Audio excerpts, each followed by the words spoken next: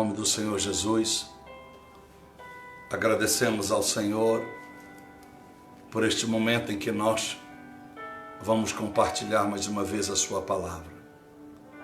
Vamos ministrar mais uma vez a veracidade das revelações proféticas da Bíblia Sagrada, querendo alcançar não só a sua vida, mas também a nossa própria vida. E o tema, como nós anunciamos, porque precisamos orar. Por que nasceu a oração? Quando foi a primeira vez que se menciona o clamor, o rogo ou a oração? O que é a oração? Então eu quero explanar sobre a veracidade para que você compreenda de uma forma correta por que deve-se orar, porque nós devemos ser dependentes desta oração. E a oração faz com que Deus passe a ser linkados à nossa vida, ou Deus passa a nos olhar diferentes. Deus passa a olhar para a nossa vida de uma forma especial. Por quê? Você um dia orou, ou foi ensinado, ou mencionado que nas suas dificuldades de vida, você deveria falar com Deus, orar ao Senhor. De formas diferentes, as etnias religiosas exprimem esse contato com o sobrenatural, cada um da sua forma, cada um da forma que crê, cada um da forma que entende-se no seu credo religioso. Portanto, nós queremos agradecer mais uma vez a Santíssima Trindade por este tempo de privilégio. Queremos também continuar invocando as pessoas para que possam, ao se sentir abençoadas, ao se sentir que este ministério, que esta palavra é útil aos seus corações, possam semear nesta obra, semear de fato e nos ajudar a levar esse evangelho de uma forma mais contundente, de uma forma mais abrangente, de uma forma mais expansiva, não só na nossa nação, mas fora dela, ajudando ao desfavorecido, ao desvalido, ao necessitado, aquele que está na linha da miséria, não só material, mas na linha da miséria espiritual, porque não sabe para onde ir, não sabe o que ouvir, o que guardar no seu coração, de tantas coisas que se ouve e não se sabe qual delas é certa. Então eu clamo às pessoas e peço aos que são genuinamente fiéis que semeiem nesta obra e juntos possamos ir adiante.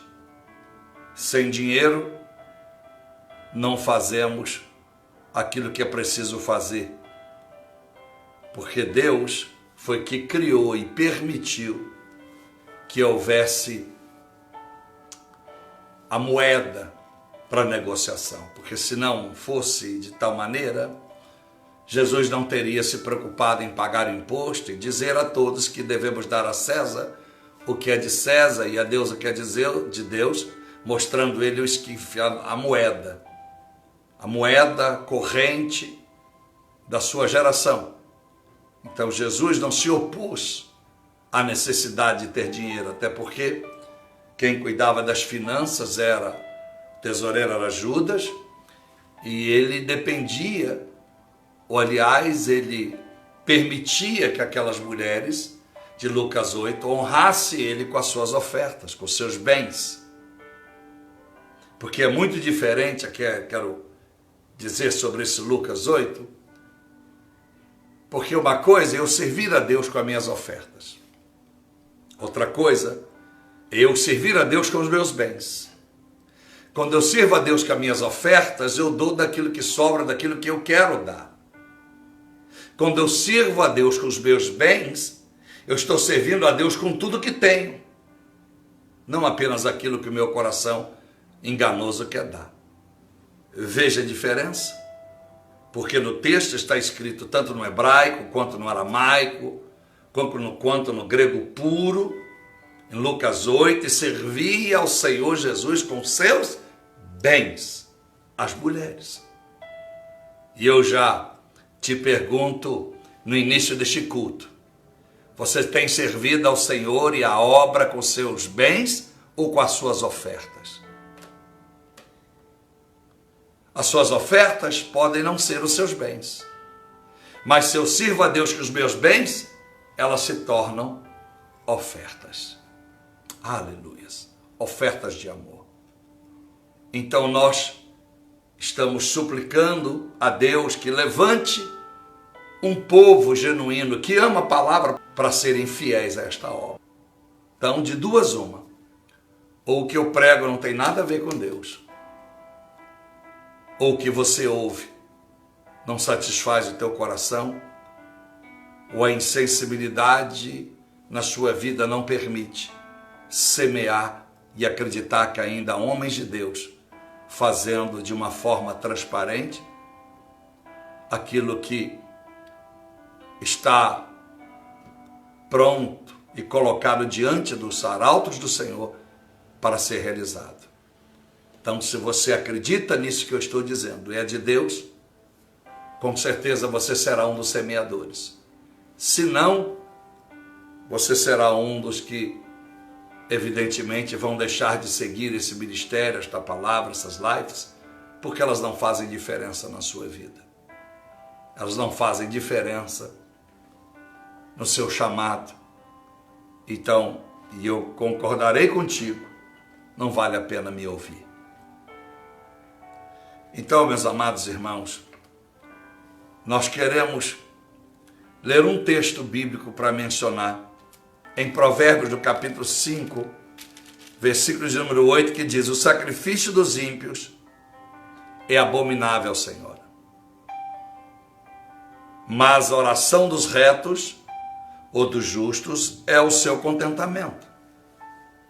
Bom, esse versículo, esse provérbio, ele está dizendo tudo que alguém sacrifica em prol da religião, em prol da fé, em prol de buscar um êxito, de buscar algo que tanto precisa e por isso faz um sacrifício a Deus ou à religião, uns andando quilômetros a pé, outros carregando imagens sobre seus ombros, outro dando tudo o que tem financeiramente, como está em 1 Coríntios 13, 1 e 2, um dando a sua própria vida em mártiro por alguém ou por uma causa.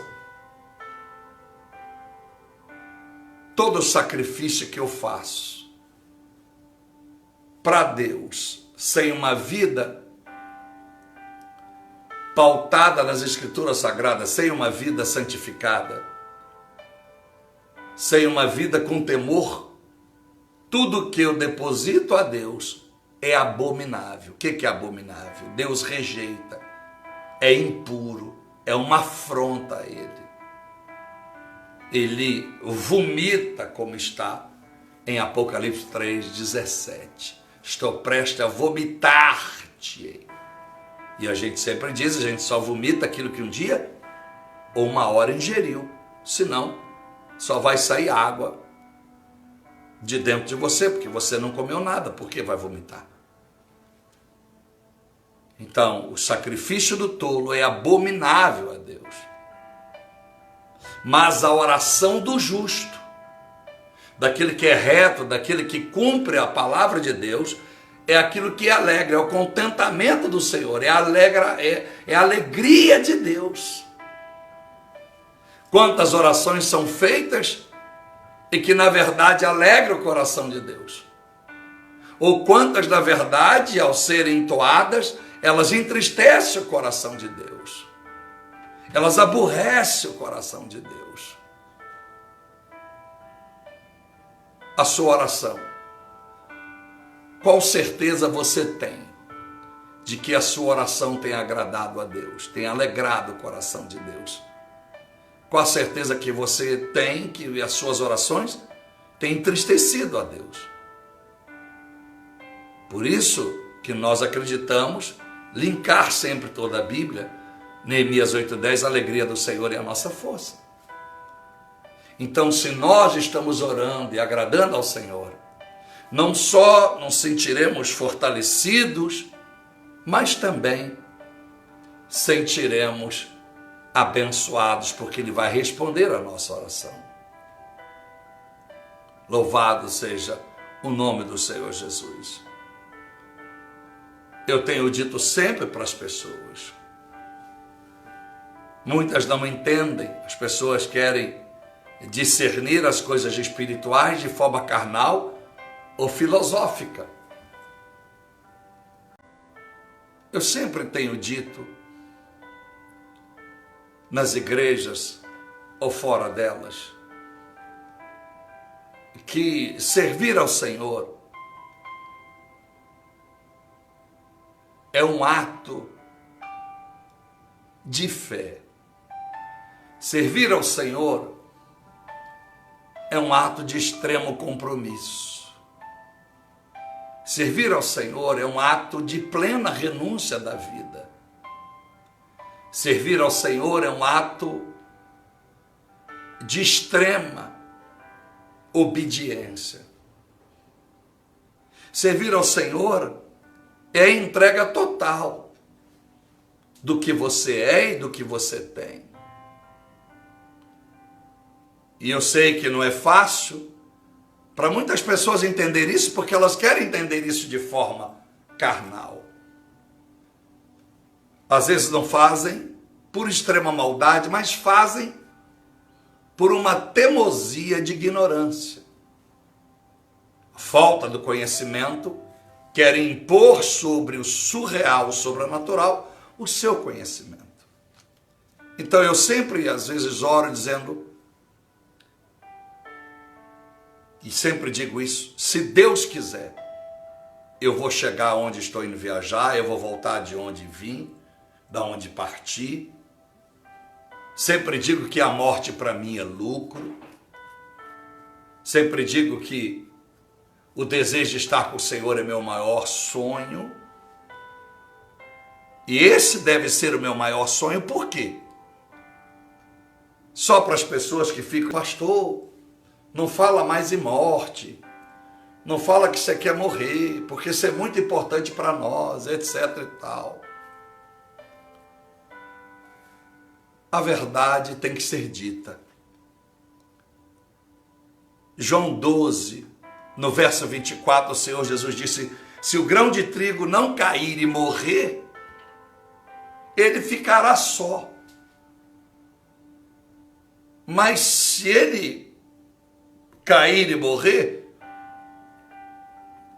ele produz fruto. Estava falando de si mesmo, Jesus. O que quer dizer isso? Se Jesus não vá para a cruz, não cai naquela cruz, cair quer dizer, não aceita aquela humilhação, só ele estaria salvo, só ele. Mas porque ele desejou morrer, a sua semente, que é o seu amor a si mesmo, produziu frutos. É isso que quer dizer João 12, 24.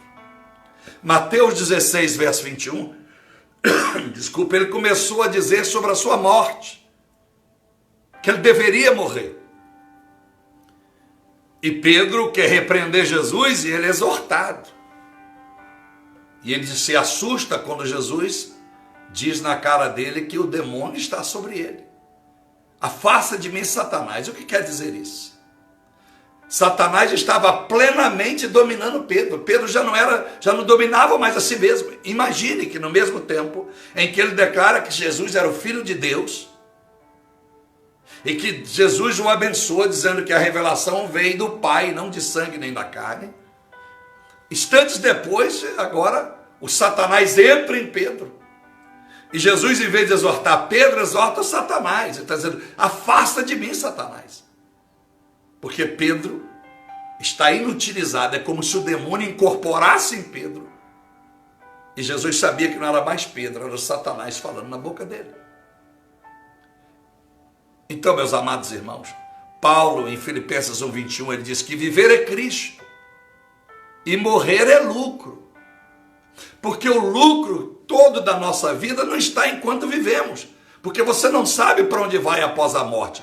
O seu desejo é ser salvo, o meu também. Mas quem te garante que tu serás salvo? Quem te garante que você é crente? A minha fé? Não. Se a tua fé faz com que você crê que você está salvo, então Paulo errou em Filipenses 3, verso 7 ao versículo 16. Porque ele mesmo estava lutando para alcançar a ressurreição, alcançar a salvação, salvar a sua própria vida em Cristo Jesus. Senão Paulo não teria dito em Romanos 7:24, miserável homem que sou, quem me separará? Quem me livrará, aliás, desse corpo da morte? Só Jesus. Olha a constância, a luta de Paulo. Por isso que era um homem de constância oração, de constantes jejuns e busca. Porque a salvação é um ato diário. Nós tomamos posse no dia que aceitamos o Senhor, mas praticamos diariamente para que possamos garantir essa salvação. É como alguém que se diz, eu quero ser um médico, ou qualquer profissão. Então ele profetiza, eu serei o médico. Então ele começa na faculdade, não é assim, o curso? Mas se ele não completar o curso e for aprovado, ele não se tornou médico, embora ele proferiu, até pela sua frequência na universidade, que ele gostaria de ser médico. Assim é nós.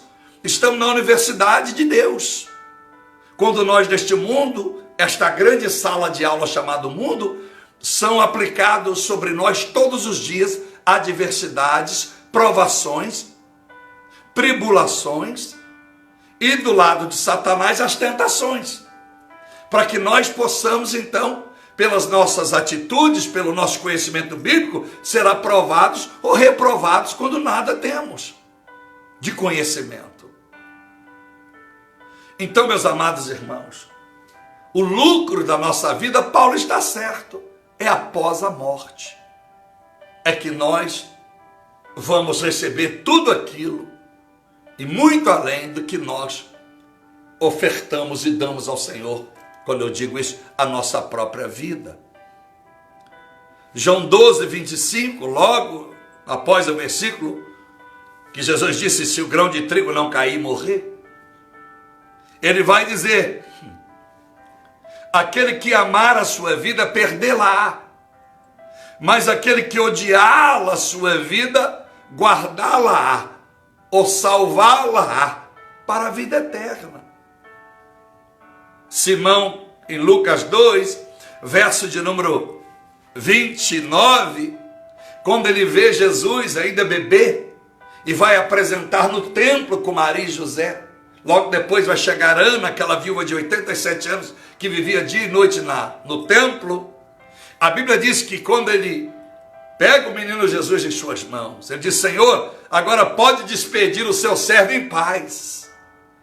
Porque a Bíblia diz que ele esperava o Redentor, o Cristo, o Salvador da humanidade, ou de Israel em algumas traduções. Então eu continuo dizendo, morrer é coisa boa. Quando nós temos Jesus, esse é o maior desejo. Porque eu só posso ver Jesus face a face como ele é após a morte. Porque enquanto eu não tiver o corpo glorificado, eu posso ouvir a sua voz. Eu posso sentir a sua presença, mas eu não posso vê-lo como ele é. Eu não posso tocá-lo. porque eu ainda estou em vida sobre esta carne pecaminosa. Então é só para ajudar as pessoas que não entendem quando eu falo que a morte é um privilégio para aqueles poucos que ainda crê que aonde Jesus está é melhor do que onde estamos ou podemos desejar estar. Não tem Hollywood, lugar nenhum do mundo que é melhor do que os céus. E por mais que a religião, o evangelho desta geração pregue tantas benesses e benefícios de ser crente, que não dá nem desejo de morrer, por mais que pregue, para mim não me interessa. Para mim me interessa o evangelho genuíno. Para isso eu fui chamado. Doa quem doer. Não importa se alguém acha que o senhor vai ficar isolado, o senhor vai acabar no deserto. É melhor acabar no deserto sabendo que está comigo Jesus, do que acabar no meio da multidões onde eu não encontrarei Jesus, de tanta gente ao meu lado. Louvado seja o nome do Senhor Jesus. Então, meus amados irmãos, eu quero ministrar. Por que precisamos de orar? A oração, ela é fruto da iniciação do pecado. Ela é fruto. Se não tivesse o pecado, não existiria a oração. A oração só existe para que nós possamos falar com Deus e nessa conversa com Deus possamos clamar, pedir a clemência de Deus para nos atender e nos abençoar, recorrer a Ele quando nós estamos em perigo ou sentindo vazios, sentindo injustiçados, sentindo-se impotente diante de tanta coisa que idealizamos em conquistar e realizar. Então a oração é quando nós pedimos a Deus a sua misericórdia e compaixão. É quando nós mostramos que queremos e precisamos ser dependentes dele, porque estamos no mundo onde o pecado iniciou. E se ele não nos guardar, a nossa inclinação para o pecado será fatal. Então a oração só existe porque o pecado existiu e continua vivo.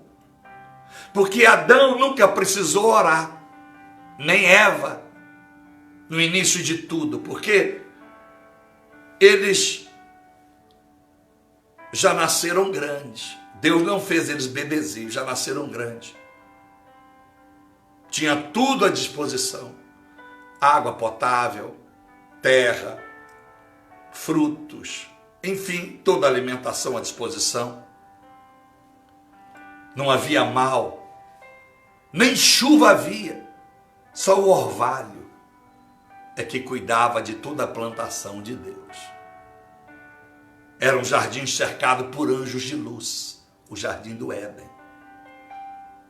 Mas o jardim do Éden, embora cercado por anjos, e o lugar onde o Senhor, durante todos os dias ali, passava para o bate-papo com Adão, não impediu que Adão e Eva cometessem o pecado, até porque Satanás pecou nos céus, pecou diante de Deus quando não existia pecado. Ele criou o pecado. O pecado nasce em Lúcifer, o anjo de luz.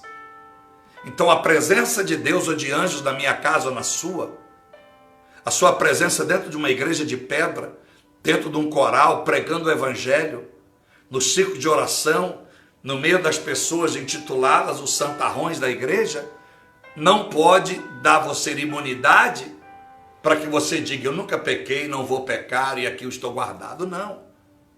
Satanás anda em nosso derredor o tempo todo. 1 Pedro capítulo 5, verso 8 adiante, o tempo todo, procurando a quem possa tragar e destruir. E ele só está em derredor porque ele sabe que uma hora ele acha brecha, senão ele parava. E a verdade tão grande é que o mundo vai de mal a pior, porque o Satanás, em maioria dos casos, nem precisa mais andar em derredor. Há brecha para todo lado. E é por isso que está cheio de gente na igreja, convencidos, jamais convertidos.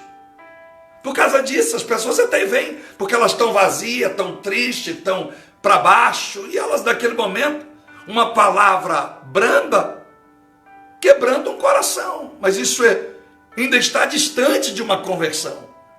Porque conversão é sacrifício, é renúncia total, não é fácil. Você não faz no levantar da mão ou no descer nas águas do batistério.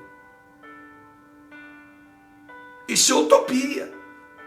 Por isso que a Bíblia diz em 1 Pedro 4, eu cito sempre esse versículo, que o juízo de Deus começará por dentro da tua casa. Uai, se na casa de Deus só tem crente, para que fazer juízo dentro da igreja? O joio está crescendo com o trigo lá. E se você estudar sobre o joio e o joio, quando o trigo está quase na hora da colheita, o joio não se vê mais o trigo, só se vê o joio. Sabia disso? Não se vê mais o trigo na hora da colheita, só se vê o joio. Em outras palavras, temos visto mais joio dentro da igreja do que crente. Mais sujeira, mais palha para o fogo do que santo para a salvação. E os satanás vêm com força. Porque pseudos líderes estão dando lugar para isso. Por causa do dinheiro, da posição, do status, da regalia, da mordomia. É que eu disse, está tão bom para tantos líderes, para que Jesus voltar? Se eles continuam desejando os seus carrões à custa dos outros. Continuam desejando o seu sítio, as suas fazendas, as suas vidas regaladas à custa do miserável.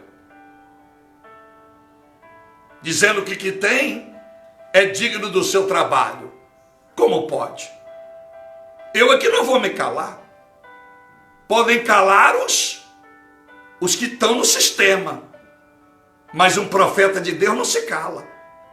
Porque o dia que não houver mais altar e púlpito para me pregar dentro de uma igreja de pedra, eu continuo fazendo da minha vida o meu altar. Aonde aqui dentro o meu coração é o púlpito onde Deus usa para pregar. E passa a régua.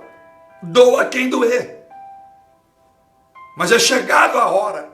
E só quem tem coragem, quem é valente, quem é determinado vai conseguir pregar o evangelho da verdade. Porque serão pressionados por esses grandes movimentos que vão trazer fama, vendas astronômicas de livros, materiais, recorrentes, agendas para pregar. E aí, atrás disso vem conforto, vem tranquilidade. Para que pregar a verdade? Se mesmo pregando a pseudo-verdade, a mentira aparentemente verdade, dá tudo aquilo que a pessoa nem nunca sonhou em ter. Para que pregar a verdade? Para que polemizar? Para que tocar em A e B? Deixa para Deus. É assim que diz, e diz, deixa para Deus. Se Deus fizesse a obra desta forma, não existia o ministério de profeta. Só existia pastores. Para que profeta? Então, meus amados irmãos, a primeira vez que o homem orou está em Gênesis capítulo 4, verso 10. A primeira vez que houve uma oração foi quando o Senhor disse para Caim que a voz de Abel soa lá da morte, pedindo justiça, é a oração da justiça. A voz dele ecoa nos céus. Aleluia. A alma de Abel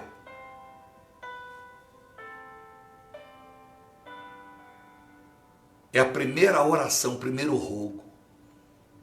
Logo após o pecado, Adão já tinha pecado, Eva, agora Caim. E aí no capítulo mesmo 4, verso 26, vem então a primeira vez que se diz Enos. Quando nasce Enos, então é a primeira geração que começam a invocar a Deus. Então agora estão invocando a Deus, pedindo a misericórdia. Então agora invocando, clamando a sua presença. Por quê? Porque no verso 26 do capítulo 4, o mundo já está vazio de Deus. As atrocidades, a maldade. E você vai ver sobre a descendência de Caim, como o mundo está mal, como o mundo está destruído, como rapidamente Satanás toma o coração das pessoas.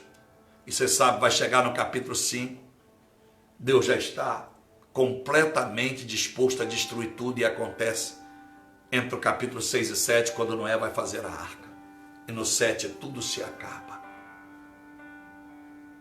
Então a oração, ela nasce por causa do pecado. E Eclesiastes 7:20, não tem alguém que tenha passado no mundo e que por mais que tenha feito bem, esse não tenha pecado. Todos pecaram. Completamos com Romanos 3:23, todos pecaram e destituídos foram da glória de Deus. E só por Cristo, Romanos 5:10, somos reconciliados com o Senhor, por causa do teu sangue derramado na cruz. Todos pecaram. Até porque, também no capítulo 4 de Mateus, a primeira mensagem de Jesus ao sair do deserto, 40 dias e 40 noites sobre tentação, foi: arrependei-vos. Então ele não disse no singular, para A ou para B. Arrependei-vos, era uma palavra mundial. Era uma palavra para toda a humanidade. Por quê? Porque Filipenses 2:4, o desejo de Deus é que todos os homens se salvam. E se todos se devem se salvar, é porque todos são pecadores, e por isso todos devem se arrepender. João 3,16, ele entregou seu único filho unigênito para que todo aquele que cresce nele não tivesse a vida perecendo, mas pudessem ser salvos. Ao crer nele não é crer que Jesus é filho de Deus, que Jesus é Jesus, é crer em Jesus. Eu só posso dizer que creio em Jesus se eu ando na palavra. Se eu não ando na palavra, eu creio apenas de lábios. Mateus 13, adora com lábios, mas não com coração. Coração é o sentimento, é a vida num todo, é o reflexo da alma. Então a oração, meus amados irmãos, ela é necessária, ela é importante, porque fora do pecado, repito, Adão nunca precisou orar, porque Deus voluntariamente passeava pelo jardim a conversar com Adão, a ter uma comunhão com ele, a sua esposa, Eva.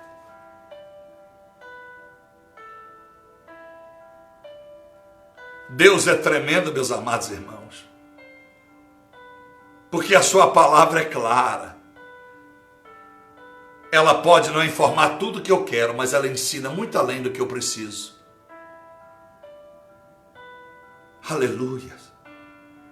O pecado faz o desligamento entre o homem e Deus. Então, por causa desse desligamento, Deus com isto traz o sentimento da oração, que é o Espírito Santo que traz. Rogar, invocar o nome do Senhor. E assim, através da oração, pudéssemos obter o favor novamente de Deus. Não viver debaixo apenas da misericórdia, mas viver agora debaixo do favor, porque a misericórdia, independente de que o mundo ore ou não, a misericórdia está para todos, mas o favor está para os filhos que obedecem, que oram, porque tem uma vida não só oração que fala, mas oração que age, o estilo da vida.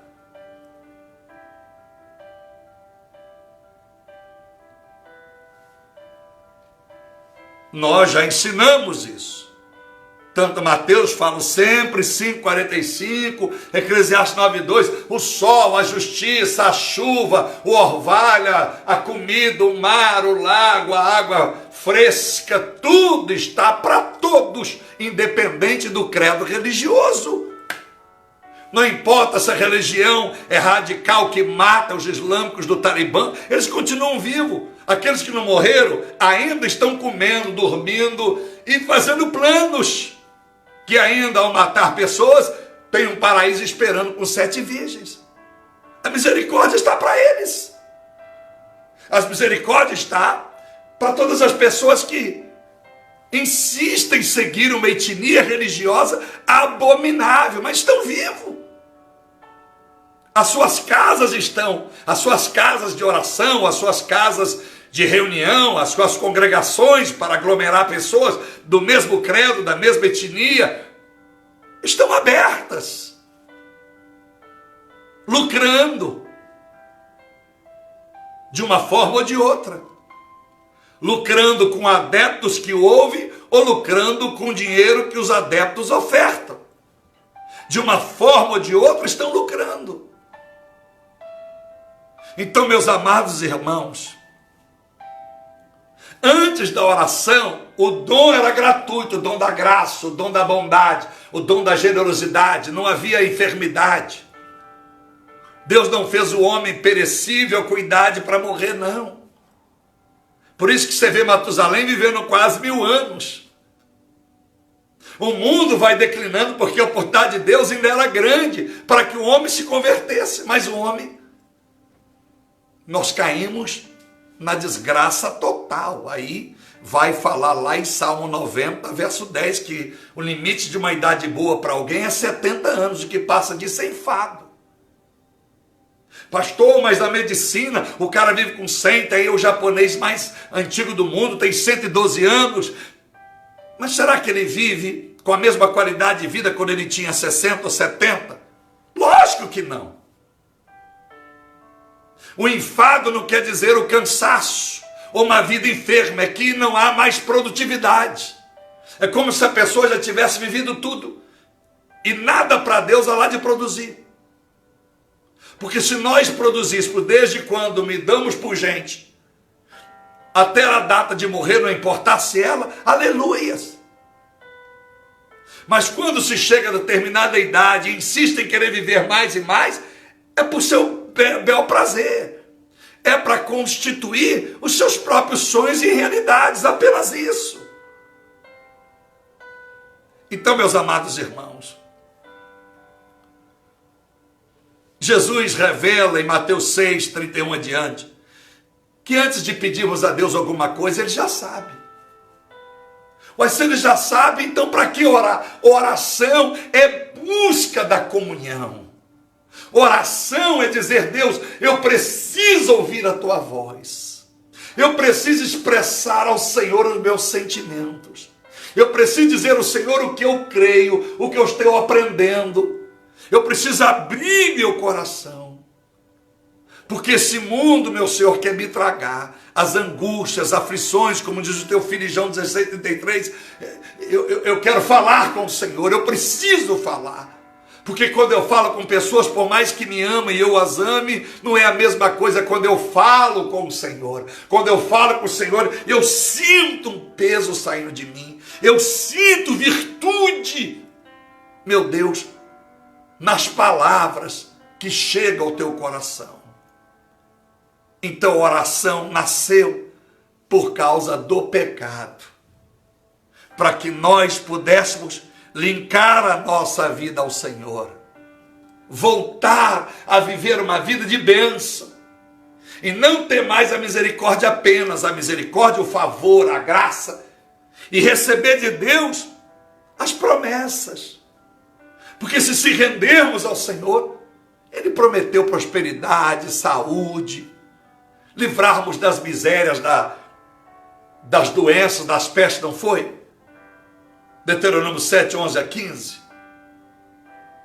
Não foi Salmo 112, 1 ao 3, prosperidade? Não foi muitas bênçãos, Provérbio 28, 20? Não foi a multiplicação de toda a semente, segundo Coríntios 9, verso 10 e 11? Não foi o que Deus prometeu? Vida e abundante, João 10, 10. Não foi o que Ele prometeu? As bênçãos do seguido por onde formos, Deuteronômio 28, 3. Emprestar a muito e jamais tomar emprestado, Deuteronômio 28, verso 9 adiante. Prosperar em tudo que nós colocarmos a nossa mão. Então a oração Não é apenas aquilo que eu falo, é aquilo que eu faço. A oração não consiste só em palavras, porque senão o mudo nasceu condenado, porque ele não pode orar com palavras. É as atitudes. Aquilo que o seu coração está falando, porque Deus não ouve a minha voz, Ele ouve o meu coração, porque a minha voz pode ecoar algo que não está aqui. E se ela ecoa uma verdade, pode ser uma verdade mentirosa, porque eu sou hipócrita, irônico, então eu não prego uma verdade, eu prego uma falsidade. Mas o que está no coração, a Deus ninguém engana, porque ele vai primeiro ouvir o teu coração para confirmar se a tua voz é como diz o teu coração. Então, meus amados irmãos, por isso que Jesus disse em João 15, 7, se eu permanecer em Cristo e as suas palavras em mim, tudo que eu pedir a Ele será feito. Então, por que a maioria sofre? É tão difícil pregar o Evangelho da verdade? Porque o pastor fez da igreja dele uma organização, uma empresa, e se disputa quantas pessoas tem lá dentro. E as pessoas estão tão cegas que muitas dizem que o prazer delas é estar na igreja, de pedra. Quando na verdade o primeiro prazer era se tornar igreja. Porque não ficará pedra sobre pedra. Vá à igreja, mas sem deixar de ser uma verdadeira igreja. Porque o dia que alguém te contrariar na igreja de pedra, a sua igreja continua de pé. Porque Jesus habita dentro do ser humano e não em igrejas feitas por mãos de homens. Aleluia. A oração existe. E nós precisamos dela, porque ela é a reconciliação entre a voz de Deus e os meus ouvidos. Entre a minha voz e os ouvidos de Deus. Isaías 59. Os ouvidos dele não estão tapados, mas a nossa iniquidade faz com que ele não responda como nós precisamos. É o que eu disse, meus amados irmãos, no começo. Esse mundo está servindo a Deus com as suas ofertas ou com seus bens. Em Atos 2, sem que os discípulos precisassem dizer, só o arrependimento, desculpa, começaram do verso de número 30 adiante. O povo começa a ouvir a palavra, se converter, também Atos capítulo de número 4, verso 36 adiante. O povo começa a vender tudo e depositar aos pés deles. Não servia a Deus com as suas ofertas, não, é com os seus bens. Está escrito de novo em Atos 2 e 4. E eu posso dizer isso, contraria alguém? 99% serve a Deus com as suas ofertas. É assim, meu irmão. Porque os dízimos que se dão nas igrejas são efímeros diante dos bens que se conquista com o salário que se ganha. É como se eu doasse 1.000 de dízimo na igreja, mas gastasse 10 mil na minha viagem com a minha esposa, com o meu filho. Hello! As pessoas estão vivendo uma neurose espiritual por falta da verdade, com as suas mas raras exceções. Porque se conhece um grande pastor pelo número de pessoas que tem na igreja. Se criam. Satanás trouxe isso para dentro do coração dos pseudos pastores. Quantos membros o senhor tem? Quantas horas o senhor tem de TV? Quando isso não tem nada a ver. Porque se isso fosse a prova de que esse é um grande pastor de Deus, Jesus teria que ter vindo na era da Globo, da CNN, da Broadcaster, da TBN na América. Jesus teria que ter vindo nessa geração para construir um mega estádio e fazer a sua igreja para milhões de pessoas ou 100 mil pessoas em cada cidade. Mas ele veio. O seu automóvel era um jumento. A sua voz era dos discípulos desviados. O seu dinheiro ficava na bolsa do ladrão, Judas. O seu púlpito era o deserto. O seu banco mais confortável era sentar no meio da areia ou das montanhas cheias de mato. O seu lugar de descanso, um barquinho de pau. A sua mansão não era no mega bairro, era em Cafarnaum, num lugar simples, numa casinha pequena. Tão despreparada que qualquer 4 homens destelhou para descer um aleijado por ela, pelo telhado. Mas por causa dessa desgraça do diabo, então se julga um pastor pelo número de igrejas que tem, pelo tamanho da sua fortuna, por milhares de livros que possa ter vendido. Nem sempre os milhares de livros que se vende um escritor se reflete o maior livro da vida, que ele ainda não comprou a ideia, a própria Bíblia Sagrada. A oração foi tão necessária que Jesus foi o homem que mais orou. Orou por si? Não, orou para nós.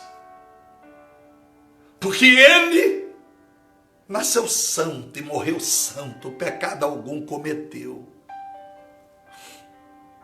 Pecado algum cometeu. Jesus não orava para não cometer pecado, ele orava para que nós entendêssemos o poder do pecado em nos destruir e levar para o inferno. Ele orou muito para que nós obtivéssemos a misericórdia e o favor de Deus. Por isso na cruz ele disse: Pai, eles não sabem o que fazem. Seus últimos segundos de vida. Já tinha orado muito, parece que a oração de Jesus não tinha feito efeito algum. Porque todos os abandonam. Em Mateus 26, 50 em diante, todos abandonam Jesus na hora que ele é preso. Todos abandonam. Não tem Maria, não tem irmão, não tem irmã, não tem Pedro. Vai todo mundo correr. Fugiram. Fugiram.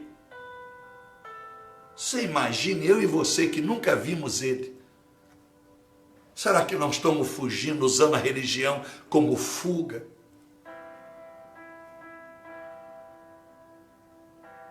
Será que nós não estamos apenas batendo na porta da igreja para buscar um socorro? Porque os nossos erros inumeráveis têm nos levado até incredulidade. Hoje alguém disse: pastor, eu não creio mais no ser humano. Mas se não crê mais no ser humano, eu tive vontade de dizer para a pessoa: se a senhora não crê mais no ser humano, a senhora não deve crer nem na senhora. Então subir num prédio, pular e se suicidar, pouco importa para a senhora, porque a senhora não crê no ser humano, a senhora não pode crer na senhora, então a senhora nem existe. Olha para você ver que imbecilidade. E ela pode estar aí me assistindo agora, vai tomar essa pancada, vai mandar uma mensagem para mim, eu vou dar na outra pancada, vou mandar outra machadada nela. Ah, poxa, tenha compaixão, pelo amor de Deus. Não acredito mais no ser humano. Não acredita porque começa errado em si mesmo, porque deixa de ser fiel. Porque quem é fiel, irmão, quem é fiel não serve a Deus com as suas ofertas, mas com seus bens. Serve a Deus não com o seu corpo, mas com tudo que é. Ama. Acredita. Porque se eu não acredito mais em ninguém, é melhor que eu morra ou que morra todos vocês, concorda? E eu vivo sozinho neste mundo. O que adianta um mundo desse eu sozinho? O que adianta nós todos morrer e você sozinho no mundo? Vai adiantar. É falta de igreja, de verdade, é falta de ter pastor, é falta de ter base bíblica. É por isso que uma pessoa diz uma estupidez dessa. Aí um pastor, mamão com açúcar light para agradar, vai dizer: não, eu mando logo, eu sarrafo logo, para salvar essa alma. Ou ela desvia de uma vez, ou ela se converte de vez. Puxa, agora o cara me deu um chacoalho. Mas é melhor ficar com raiva de mim, pode ficar com raiva de mim, mas se converta, só vai ser salvo. Porque eu não mando recado, eu não vou dormir com a consciência pesada. porque eu passei mel na chupeta para a senhora me dar a oferta. Hello? Então, nós somos um povo em que juntos fazemos a obra. Por mais que eu desacredite da fidelidade das pessoas, mas eu sei que tem gente boa. Eu sei que tem vidas fiel. Eu sei que tem pessoas de caráter ainda. Então, meus amados irmãos, a oração, já estou terminando. A oração é necessária para que você esteja em comunhão com Deus e mostre que você depende dele. Quando você para de orar e fica pedindo os outros para orar por você, você passa a ser dependente do homem, não de Deus. E Deus quer que você dependa dele. Eu posso orar por você, se você quiser orar por mim até hora, mas eu até agradeço. Eu até agradeço. Não é arrogância, não. Muito obrigado. Não perca tempo orar por mim, não. Muito obrigado. Seja fiel a Deus, tá? Eu continuo acreditando que eu e Deus somos a maioria. É o que eu quero que você creia. Para que você nunca desacredite e diga, não acredito mais em ninguém. É melhor que você tenha essa aliança direta com Deus, assim como eu tenho. Alguém me chama de durão, o forte, lógico, porque ninguém me fez chorando nas esquinas, pedindo misericórdia de homem. Então, meus amados irmãos, você quer que Deus te abençoe? Continue orando. Por isso que 8,14, Jesus orou e continua intercedendo por você. Está em Romanos 8,14. Ele intercede por sua vida e botou o Espírito Santo para interceder dentro de você, para te convencer, para você parar de pecar. Por isso que ele intercede por gemidos inexprimíveis. Já expliquei, para que nós paremos de pecar. Ele fica gemendo aqui dentro. Para. O caminho não é esse. Aleluia. Aleluia. Que Deus faça surgir nesta noite homens com o espírito de Daniel capítulo 6, verso 10 e 11. Um dos últimos oradores, um dos poucos homens que oravam sistematicamente, 3 vezes ao dia, ajoelhado e clamando ao Senhor, diz o texto. Que Deus levanta o espírito de homens como Cornélio em Atos 10, verso 1 adiante. 3 vezes ao dia também orava junto à sua família.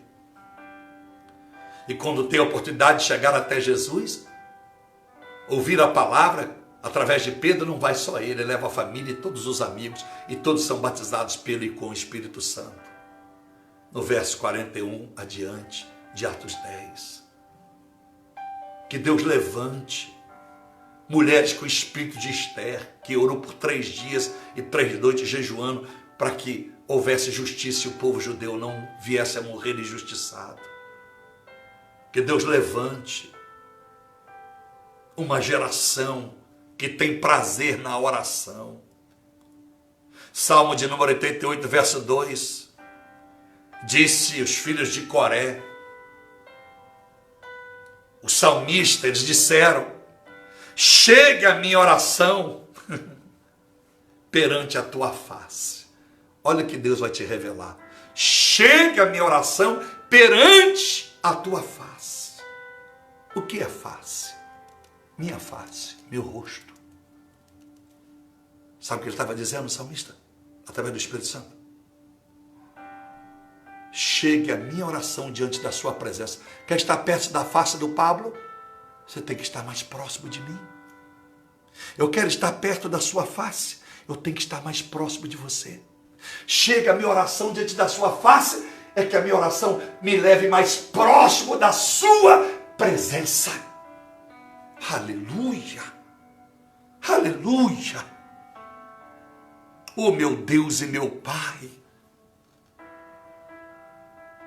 Quer que a sua oração seja ouvida?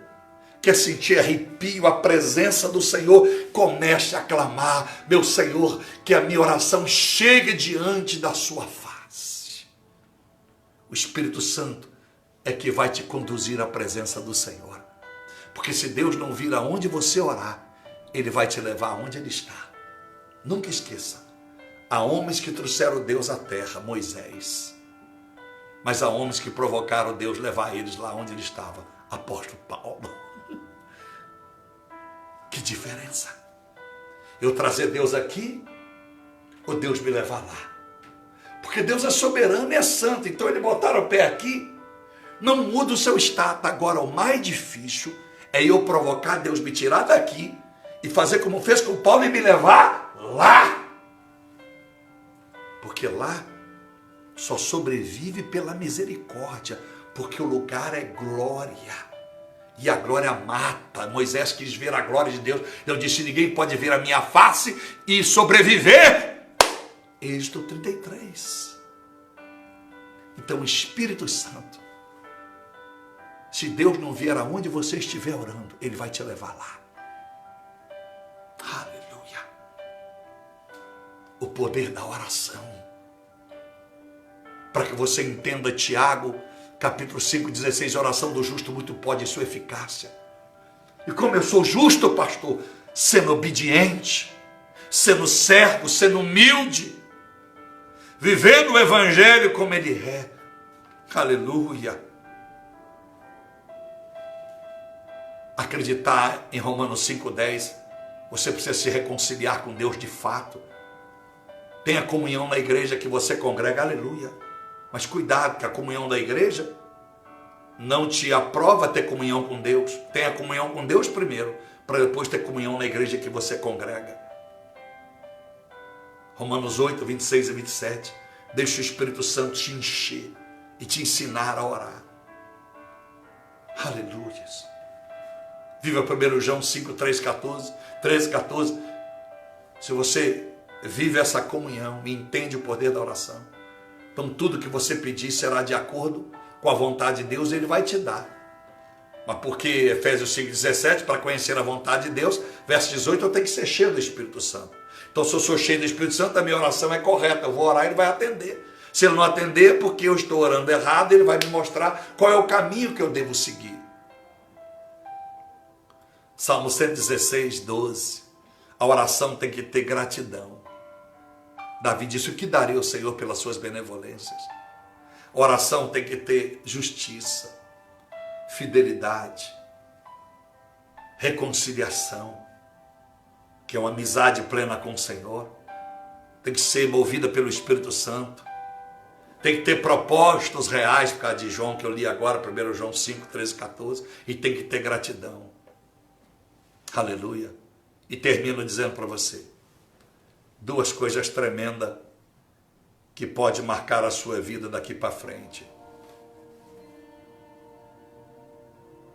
Salmo 88, 2, já falei, que a minha oração chegue perante a tua face. Quero estar mais próximo de ti. Davi no Salmo 109, verso 4, disse, sou um homem de oração. Você é uma mulher de oração de fato? O senhor é um homem de oração? Nós somos de oração ou nós somos de uma reza? Ou nós resumimos oração porque nós paramos para ficar pedindo a Deus dar isso, dar aquilo e dar aquilo outro? Homens de oração. Eu digo homem e mulher. Humanos de oração. Eles vivem mais para a entrega do que para a colheita. Porque se nós acreditarmos de fato que a eternidade é melhor do que esta vida, então é melhor viver essa vida na entrega, porque a colheita é na eternidade. Mas nós insistimos em dizer que somos cristãos quando temos medo até da morte, quando ela nos apavora, quando a enfermidade nos deixa louco, desesperado, procurando um médico especialista, porque nunca achamos que é hora de partir, nunca achamos que é hora de morrer. Pastores, quanto mais velho fica, mais tapado vão ficando. E os que estão nascendo agora, pseudos obreiros, já entram com a cabeça virada, com as suas raras exceções. Não vou generalizar, mas com as suas raras exceções. E isso é um perigo, porque com as suas raras exceções, num mundo que cresce de uma forma desacelerada, Somos quase 8 bilhões de habitantes, você imagine? Então, meus amados irmãos, olha o conselho que eu vou lhe dar e vou orar. Você vai colocar a mão no seu coração agora e vamos falar com Deus. Eu sou um homem de oração. Olha como Davi afirma. Não é à toa que ele compôs 75 salmos dos 150 existentes. E não é à toa que o seu filho Salomão, em 1 Reis capítulo 4, 32, ele compôs 1.005 cânticos e 3.000 provérbios. O que a senhora que é mãe, o que o senhor é pai, tem formado seus filhos? Tem formado seus filhos para quê? O que os pais dessa geração têm formado seus filhos? Para serem adoradores e conquistadores para o altar de Deus ou para si mesmo? Temos formado filhos para serem doutores, pessoas de destaque na sociedade, porque assim vamos tomar posse de tudo que é poder, porque entendemos isso, e era assim, ainda em Atos capítulo 1, Pedro, os discípulos estão preocupados, Jesus, quando vai se cumprir, quando o Senhor vai ser rei, quando o Senhor vai mandar, quando o papai vai mandar? Ô Pedro, ô discípulo, não é assunto seus, não interessa a vocês, tá? O que interessa é que vocês fiquem aqui e não saiam daqui até que vocês sejam revestidos do poder de Deus e possam ser minha testemunha. Testemunha porque vocês vão ter caráter. E fica orando, hein? Não espera de braços cruzados, não. Orando. Aí vai ver, no verso 14, todos orando. Inclusive agora a mãe de Jesus e as irmãs, e os irmãos se convertem. Inclusive Tiago e Judas, que não é o Iscariotes, que escreve as duas epístolas que está quase no final da Bíblia. E no capítulo 2, estão orando de novo. No capítulo 4, estão orando de novo e vai orando. Aleluia. Posso orar pela sua vida? Você aceita a oração deste pequeno profeta? Deste pequeno servo? Pequeno servo. Que eu tenha sido bênção na sua vida. Que você tenha acreditado que Deus me usou para ser um canal de bênção sobre a sua vida. E se isso é bênção, copia essa mensagem e distribua nas suas redes sociais. Distribua. Não é para trazer fama, fã-clube para o Pablo, porque eu não preciso e não quero e não posso, porque o dia que eu focar nisso aí eu perdi a graça. Porque eu não posso esquecer de João 3,30, eu diminuo e ele cresça. E João não disse apenas que eu diminua, é necessário. Então, Senhor meu Deus e nosso Pai, eu agradeço ao Senhor por mais esse privilégio, essa oportunidade, meu Deus, de estarmos aqui, meu Pai, para cultuar o Teu nome. Obrigado por ter nos dado essa revelação sobre a oração. A oração que Tu ouve, a oração eficaz, o motivo por que ela existiu e quando existiu. E enquanto existe mundo, existe pecado, e enquanto existe pecado, nunca será desnecessário orar. É necessário orar sem cessar. Vigiar e orar. Como disse Paulo em 1 Tessalonicenses 5,17, orai sem cessar, para que o Espírito Santo não saia da nossa vida, verso 19. Meu Deus e meu Pai, tenha misericórdia do Brasil, pedindo pelos países que estão vivendo aflições e crises, países do continente africano que vivem por causa da corrupção e das ditaduras empregadas pelos seus governos e líderes maiorais em suas nações, como ainda em Cuba, como em Venezuela, vários países da África, uma miséria terrível quando o terreno é rico em mineral e vegetal. Quando a terra é rica em água potável, as praias mais lindas que eu já vi na minha vida, eu nunca entrei, mas vi, indo de Maputo para Zavala, 500 quilômetros, água azul, que a gente perde de vista quando de longe enxerga aquela água azul, parece uma piscina feita por mãos de homens. Como pode um país daquele ser tão miserável, tem gente tão pobre, tão desgraçada, com tanta gente, criança com HIV, por causa da corrupção? E nós oramos e pedimos mais uma vez e vamos continuar. Tenha misericórdia das nações, tenha misericórdia da ONU, que se preocupa tanto com política, que preocupa tanto com o socialismo e esquece o humanismo. Tenha misericórdia da ONU, tenha misericórdia da OMS, tenha misericórdia dos presidentes como da América, de Israel, da Inglaterra, porque muitos estão tão preocupados com seus tronos que esquece os coxos que andam, a grande maioria da população, em países abaixo da miséria. Ajude, meu Deus, o Brasil, porque são poucos que choram comigo, que agonizam comigo, que lutam nesta obra. Mas eu creio que nesta oração que eu estou fazendo, há de nascer hoje homens e mulheres de oração, porque a oração vai transformá-los. A oração vai quebrantá-los. A oração vai atrair o Espírito Santo, que vai ensiná-los numa dimensão de orar diferente daquelas que rotineiramente estavam orando até aqui. E aí, meu Deus, é o que o seu Espírito diz. Se o Espírito Santo não nos fazer sentir a presença de Deus onde estamos orando, Ele fará Deus sentir a nossa presença onde Ele sempre esteve, no trono da glória.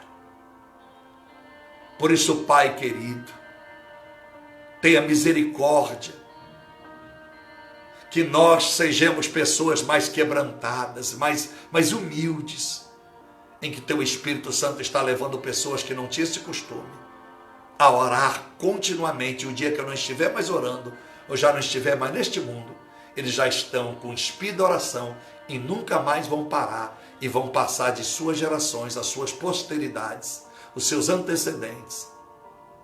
Meu Deus, vão receber esse poder nas suas vidas.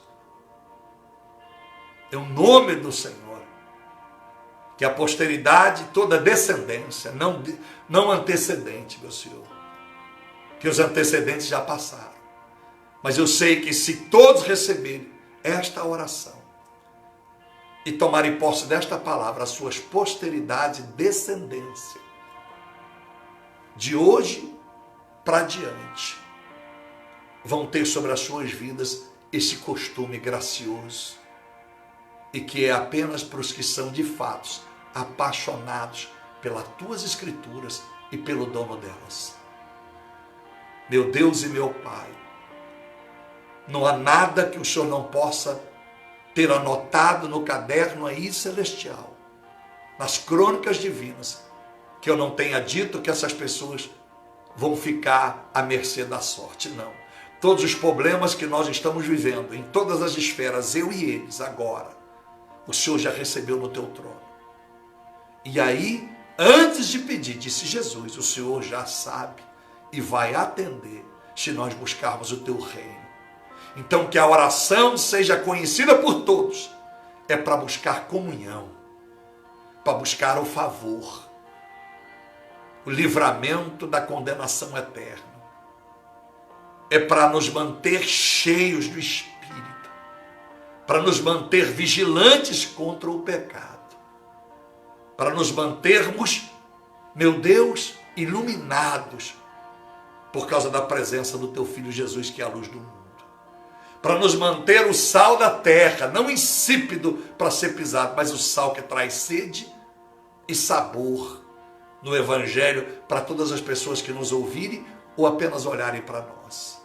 Que sejamos reconhecidos não só quando falamos, mas que os nossos atos, o nosso comportamento possa levar a muitas pessoas a perceberem que nós somos diferentes. E se vier a nos perguntar, temos orgulho e o prazer de dizer, somos evangélicos, somos cristãos, ou aliás, não somos evangélicos, somos filhos do Deus Altíssimo que vivemos de Gênesis e Apocalipse, não apenas os 4 evangelhos. Ajuda, meu Deus e Pai, ajuda. Quem não tinha esse costume de orar, vai orar, vai se esforçar. Aí vai ver que não é oração impulsionada por pastor ou por igreja. Vão ser libertos, sem precisar viver na escravidão dos envelopes, das campanhas e das compras dos mercenários, das garrafinhas, das toalhinhas, dos azeitezinhos, dos vinhozinhos e etc e tal. Em nome do Senhor, eu oro e te agradeço. E quem crê, diga amém e graças ao Senhor. Deus te abençoe. Deus seja com a tua vida. Que a partir de hoje esta mensagem, salve ela no arquivo. E quando precisar, ouça de novo. E quando você sentir que chegou a hora de partir, passa para a posteridade. Deixa para os seus descendentes. Passa para os seus netos, seus filhos, filhas, sobrinhos, sobrinhas. Passa para os seus irmãos e irmãs. Para aqueles que querem. Porque aqueles que não querem, não jogue pérolas para porco, tá bom? Não jogue pérolas para porco. Guarde. Um beijo no coração.